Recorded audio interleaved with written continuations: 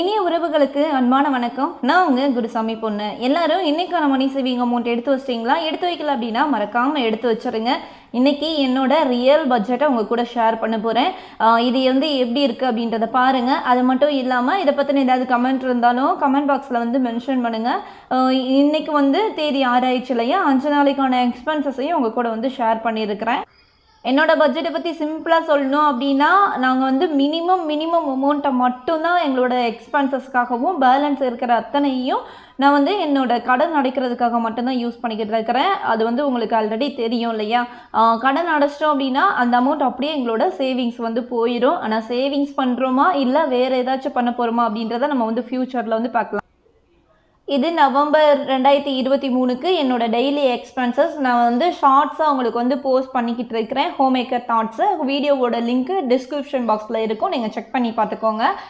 Boost 5 ரூபா packet 4 வாங்கினேன், 20 ரூபா. ப்ரூ 10 வாங்கியிருக்கு, 30 ரூபா. சாம்பார் பவுடர் 1 வாங்கினேன், 10 ரூபா. கோதுமை மாவு 1/2 கிலோ, 35 ரூபா. பப்ஸ் ஸ்நாக்ஸ்க்காக வாங்கி கொடுத்தேன், 45 ரூபா. அடுத்து 4ஆம் தேதி தக்காளியும் ஸ்நாக்ஸும் மட்டும் வாங்கியிருக்கு. தக்காளி 1 கிலோ 30 ரூபா. ஸ்நாக்ஸ் மொத்தமாக வாங்கிட்டு வந்தாங்க, 380 ரூபா. என்னோட டெய்லி ரொட்டீனை தான் நான் உங்களுக்கு ஷார்ட்ஸாக போஸ்ட் பண்ணிட்டு இருக்கிறேன். இது உங்களுக்கு தெரியணும் அப்படின்றதுக்காக. 5ஆம் தேதி முட்டை மட்டும் வாங்கினோம், முட்டை குழம்பு தான் பண்ணோம். நான்வெஜ் எதுவும் எடுக்கலை. என்னோட ஹஸ்பண்ட் ஊருக்கு போகிறாங்க.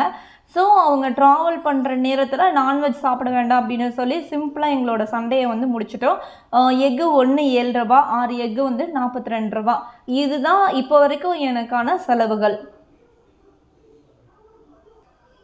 கொழுக்கு சீட்டில் ஒரு 1000 ரூபா போட்டிருக்கேன் அப்படின்னு சொல்லி ஷேர் பண்ணியிருக்கிறேன் இல்லையா. இந்த சீட்டு எதுக்காக போட்டிருக்கேன் அப்படின்றதையும் உங்ககிட்ட ஷேர் பண்ணியிருக்கிறேன். இதில் எனக்கு ஒரு இன்சிடெண்ட் நடந்துச்சு. நம்ம அடுத்த வீடியோவில் பார்க்கலாம். இது பற்றின டீட்டெயில்ஸ் நான் உங்களுக்கு ஷேர் பண்ணுறேன்.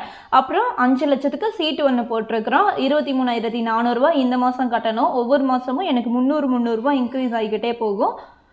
வட்டி மட்டும் நாங்கள் மாதத்துக்கு 3000 ரூபா கட்டிக்கிட்டு இருக்கிறோம். மொபைல் பில் 2000 ரூபா, கரண்ட் பில் 2000 ரூபா, ரெண்ட்டுக்காக 12,000 ரூபா.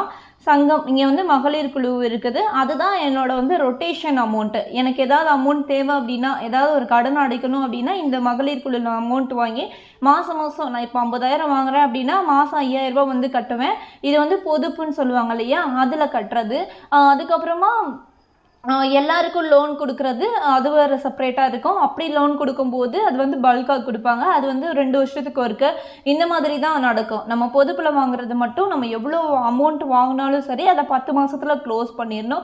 என்னோட ரொட்டேஷனுக்கு நான் யூஸ் பண்ணுறது இந்த மகளிர் குழுவை தான் யூஸ் பண்ணிகிட்டு இருக்கிறேன். அதுக்கு மாதம் 8,000 நான் வச்சுருப்பேன். அதில் மிச்சம் ஆகிற அமௌண்ட்டை நான் என்னோட சேவிங்ஸில் அப்படியே ஆட் பண்ணிடுவேன். இதில் எந்த அமௌண்ட் வேணாலும் மிச்சமாச்சு அப்படின்னா அது என்னோட சேவிங்ஸ் தான் போகும். அப்புறம் வீட்டு செலவுக்காக 10,000 ரூபா. இந்த வீட்டு செலவை பொறுத்த வரைக்கும் சில மாதம் பல்காக இதில் 10,000 ரூபா கொடுப்பேன் அப்படின்னா கண்டிப்பாக கொடுக்க முடியாது என்னையால். வேறு ஏதாவது செலவு வந்துச்சு அப்படின்னா இந்த வீட்டு செலவில் தான் எடுத்து யூஸ் பண்ணுவோம். எங்களோட சேலரி மொத்தம் 65,000 கொடுத்துருக்குறேன் இல்லையா. இது போக என்னோட ஹஸ்பண்டும் சரி நானுமேவும் எக்ஸ்ட்ரா ஒர்க் பண்ணிட்டு இருக்கிறோம். ஒரு மாதத்துக்கு குறைஞ்சது 20,000 சம்பாதிக்கணும் சேலரி போக அப்படின்றது எங்களோட டார்கெட். அதுக்காக நாங்கள் ஒவ்வொரு மாதமும் போராடிக்கிட்டு தான் இருக்கிறோம். அதனால் மட்டும்தான் எங்களோட இவ்வளோ பெரிய கடனையும் சீக்கிரமாக அடைக்க முடிஞ்சிச்சு. அந்த லிங்க்கை லாஸ்ட் டிஸ்கிரிப்ஷனில் கொடுக்குறேன். எவ்வளோ பெரிய எங்களுக்கு கடன் இருந்துச்சு அப்படின்னு சொல்லி பார்க்கல அப்படின்னா அதை பார்த்துக்கோங்க. அதுக்கப்புறமா ட்ராவல் நாங்கள் நேட்டிவ் போகிற மாதிரி இருந்துச்சு அப்படின்னா அதுக்கு அமௌண்ட் வேணும் இல்லையா. அப்புறம் எமர்ஜென்சி ஏதாச்சும் வந்துச்சுன்னா அதுக்கு ஃபெஸ்டிவல் நேரத்தை சமாளிக்கிறதுக்கு இப்படின்னு சொல்லிட்டு நான் 3,000 ரூபா மாதம் எடுத்து வச்சுருவேன். அது எந்த தேவைக்காக வேணாலும் இதில் அமௌண்ட் எடுத்து யூஸ் பண்ணுற மாதிரி. லாஸ்ட் மந்த்து நான் இஎம்ஐயை க்ளோஸ் பண்ணேன். அதனால தான் இப்போ இங்கே என்னால் 10,000 கொடுக்க முடிஞ்சிச்சு. அதுக்கு முன்னாடி வரைக்கும் இஎம்ஐக்காக 6,100 ரூபா கொடுத்துருவேன். அப்போ பேலன்ஸ் எவ்வளோ இருக்கும்? 3,900 ரூபா தான் இந்த ஹோம் எக்ஸ்பென்சஸ்க்காக இருக்கும். இதனால தான் சொன்னேன் மாதம் ஒவ்வொரு விதமாக அமௌண்ட்டை ரொட்டேஷன் பண்ணுற மாதிரி நாங்கள் பார்த்துக்குவோம். வீட்டுக்கு அப்படின்னு சொல்லி மாதம் முடியும் போது தான் அந்த அமௌண்ட் இவ்வளோ செலவு பண்ணியிருக்கிறோம். டார்கெட் அமௌண்ட் என்ன? 10,000 ரூபா. அதுக்குள்ளே செலவு பண்ணணும். அதுக்கான பணம் உடனே மாதம் பிறந்தோடனே என்னால் கொடுக்க முடியாது. எப்பப்பெல்லாம் நாங்கள் வந்து சம்பாதிக்கிறோமோ அப்போ வாரத்துக்கு ஒரு 5000 3000 இந்த மாதிரி தான் அமௌண்ட் வந்து கிடைக்கும். அதுக்கு தகுந்த மாதிரி வந்து யூஸ் பண்ணிக்குவோம். என்னோட ஹஸ்பண்ட் சிவில் இன்ஜினியர். அவங்க வந்து எக்ஸ்ட்ரா வந்து டிராயிங் போட்டு கொடுப்பாங்க. அப்ரூவல் வாங்கி கொடுத்துட்டு இருக்கிற ஒர்க்கு வந்து எக்ஸ்ட்ரா பண்ணுறாங்க. அதனால தான் எங்களோட ஃபேமிலி வந்து இன்னும் கொஞ்சமே ஸ்மூத்தாக போகிறதுக்கு ஒரு ரீசன். இப்போ டோட்டலாக பார்த்தீங்க அப்படின்னா 64,400 வந்து செலவாயிருச்சு. பேலன்ஸ் 600 இருக்கு இல்லையா? இந்த 600 வந்து என்னோட பிக்கி பேங்குக்கு போயிடும். இல்லை அப்படின்னா இது வந்து வேறு மாதிரி கூட ரொட்டேஷன் ஆகும். அந்த மாதத்தில் ஏதாச்சும் ஒரு தேவை அப்படின்ற பட்சத்தில் அந்த அமௌண்ட் கூட யூஸ் ஆகும். எக்ஸ்ட்ரா சம்பாதிக்கிற அமௌண்ட்டை வச்சு தான் ஒவ்வொரு மாதமும் பல்காக வந்து ஒரு 25,000 50,000 கொடுக்க வேண்டியவங்களுக்கு 25,000 2 மாதம் சேர்த்தோம் அப்படின்னா கொடுத்துடலாம் இல்லையா? இந்த மாதிரி தான் பிளான் பண்ணி மேக்ஸிமம் வந்து எங்களோட கமிட்மெண்ட்டை வந்து நாங்கள் ஃபுல்ஃபில் பண்ணணும். இந்த மாதமும் அதே மாதிரி ஒரு கமிட்மெண்ட் இருக்குது. என்னோட ஹஸ்பண்டோட தம்பி பொண்ணுக்கு மொட்டை போடுறாங்க. நாங்கள் வந்து செய்முறை செய்ய வேண்டியது இருக்குது. அதுக்காக என்ன வாங்குகிறோம், எவ்வளோ அமௌண்ட் ஆச்சு, அது கூட என்னோட நீண்ட நாள் கனவை வந்து நான் உங்ககிட்ட சொல்லிக்கிட்டே இருந்தேன் இல்லையா? அதையும் நிறைவேற்றுறதுக்காக நான் வந்து மேக்ஸிமம் ட்ரை பண்ணிக்கிட்டு இருக்கிறேன். 3 பவுண்டில் தாலி செயின் எடுக்கணும் அப்படின்னு சொல்லிட்டு. இப்போ விட்டால் இந்த சான்ஸை திரும்ப கிடைக்குமா அப்படின்றதும் எனக்கு தெரில. அதனால இந்த ரெண்டுமேவும் இந்த மாதம் என்னால் வாங்க முடியுதா அப்படின்றத பார்க்கலாம். அப்படி வாங்க முடிஞ்சிச்சு, நான் வந்து வாங்கிட்டேன் அப்படின்னா நான் வந்து எவ்வளோ அமௌண்ட் அப்படின்றதையும் ஷேர் பண்ணுறேன். அந்த அமௌண்ட்டுக்காக நாங்கள் எவ்வளோ போராடணும் அப்படின்றதையும் உங்கள் கூட வந்து ஷேர் பண்ணிக்கிறேன். அப்போது உங்களுக்கு இன்னுமேவும் நிறைய மோட்டிவேஷன் கிடைச்ச மாதிரி இருக்கும் இல்லையா? அதுக்காக தான் இப்போ என்னோட ஹோம் எக்ஸ்பென்சஸை வந்து பார்த்துடலாம். 10,000 நான் வந்து எப்படி ஸ்ப்ளிட் பண்ணி கொடுத்துருக்குறேன் அப்படின்னு சொல்லி. கேஸுக்காக 500, ரைஸ் வாங்குறதுக்காக 500, கிராசரிஸ்க்காக இந்த மாதம் தான் நான் வந்து 3000 போட்டுருக்கிறேன். ஏன்னா வீட்டில் இருக்கிற எல்லா ஐட்டமேவும் தொடச்சி யூஸ் பண்ண மாதிரி யூஸ் பண்ணிக்கிட்டு இருக்கிறேன். ஸோ டோட்டலாக எனக்கு வந்து 3000 வேணும். அது மட்டும் இல்லாமல் ஊருக்கு போகும்போது ஊர்லேருந்து சில ஐட்டம் வந்து வாங்கிட்டு வருவேன், இங்கே கிடைக்காத ஐட்டம்ஸை. ஸோ எனக்கு 3000 அப்படின்றது கம்மி தான். 4000 ஆகுறதுக்கு கூட இந்த தடவை வந்து ரொம்ப சான்சஸ் இருக்க தான் செய்யுது. நம்ம மந்த் எண்டில் வந்து கால்குலேஷன் பண்ணி பார்க்கலாம், இங்கே வாங்குறதும் ஊரில் வாங்குறதும் எவ்வளோ அமௌண்ட் ஆகிருக்கு அப்படின்னு சொல்லி. இதனால தான் நான் வந்து கிராசரி வீடியோ உங்களுக்கு போஸ்ட் பண்ணுறதுக்கு டிலே ஆகுது.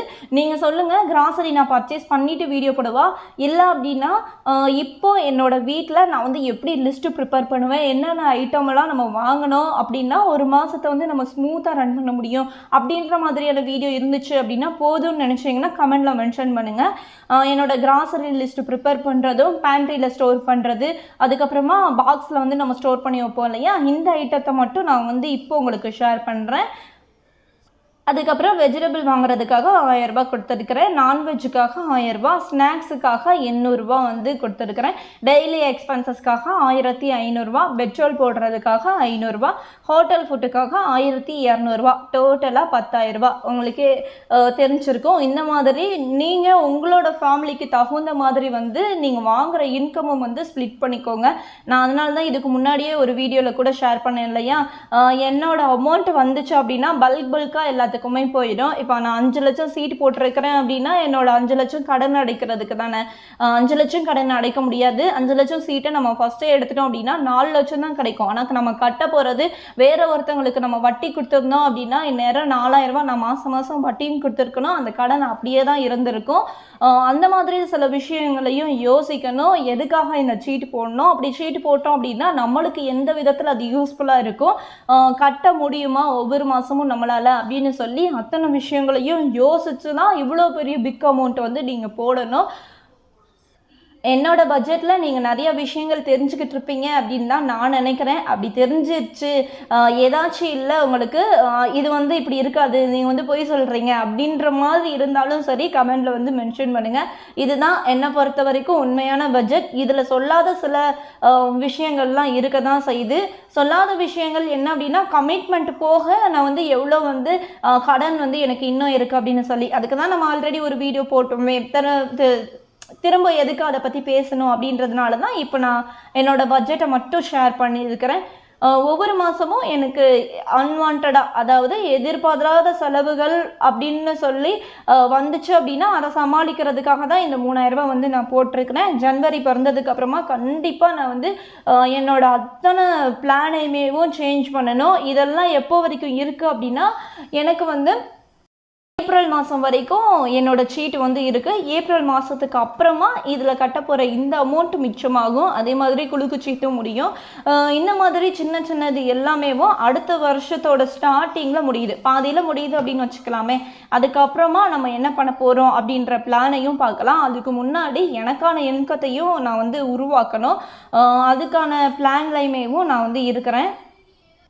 நான் ஏற்கனவே சொன்ன மாதிரி தான் யூடியூப்ல வந்து 3 மாதத்துக்கு ஒருக்க அமௌண்ட் வந்து வர்ற மாதிரி பார்த்துக்கவே என்னால் அப்படி தான் எடுக்க முடியுது. இப்போதைக்கு ஒரு சிஸ்டர் கூட கேட்டிருந்தீங்க, யூடியூப்ல இருந்து இன்கம்னு அப்படின்னு ஏதாவது ஒன்று வருதா அப்படின்னு சொல்லி. நம்மளுக்கு போகிற வியூவை பொறுத்து மட்டும் நம்மளுக்கான சேலரி வந்து டிசைட் ஆகும். அதையுமே நான் மேக்ஸிமம் உங்களுக்கு என்னால் என்ன பண்ண முடியுமோ அதை தான் நான் வந்து பண்ணிட்டு இருக்கிறேன். கிவ் அவே கொடுக்குறது இந்த அமௌண்ட்டை வச்சு தான்.